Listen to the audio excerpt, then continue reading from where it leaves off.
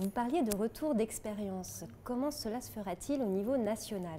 Alors, le retour d'expérience, c'est quelque chose de très important puisque c'est ça qui va permettre ensuite d'améliorer finalement la prise en charge des patients et la sécurité. Il va y avoir plusieurs niveaux à ce retour d'expérience. D'abord, je vous ai dit, l'ARS va collecter ces informations.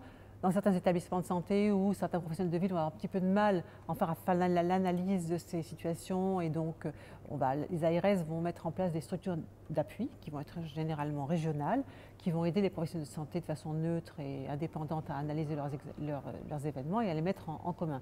Et puis surtout, l'ARS, lorsqu'elle va recevoir ces déclarations anonymisées, bien sûr, elle va les adresser lorsque le dossier va être clôturé, c'est-à-dire que le plan d'action sera mis en place, elle va les adresser à la Haute Autorité de Santé. Et là, au niveau national, il y a un groupe de travail qui a été mis en place pour gérer tous ces événements qui vont remonter. Donc on va avoir des événements qui vont venir de toute la France.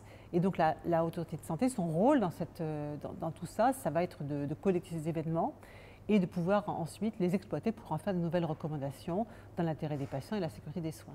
Donc c'est un petit peu ce niveau national, ça va être au niveau la Haute Autorité de Santé qui va l'assumer.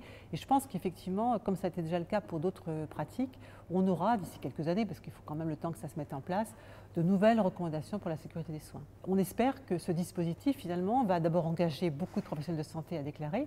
Il y a quelque chose qui est un petit peu nouveau, c'est que les patients eux-mêmes pourront aussi déclarer sur ce site. Et donc, s'ils se sentent concernés parce qu'ils ont vécu une situation difficile pour eux, où ils ont l'impression qu'ils n'ont pas été complètement traités, où il y a eu d'erreurs, ils pourront aussi le déclarer. Et finalement, le retour d'expérience sera aussi fait à partir du vécu des patients, de l'expérience des patients.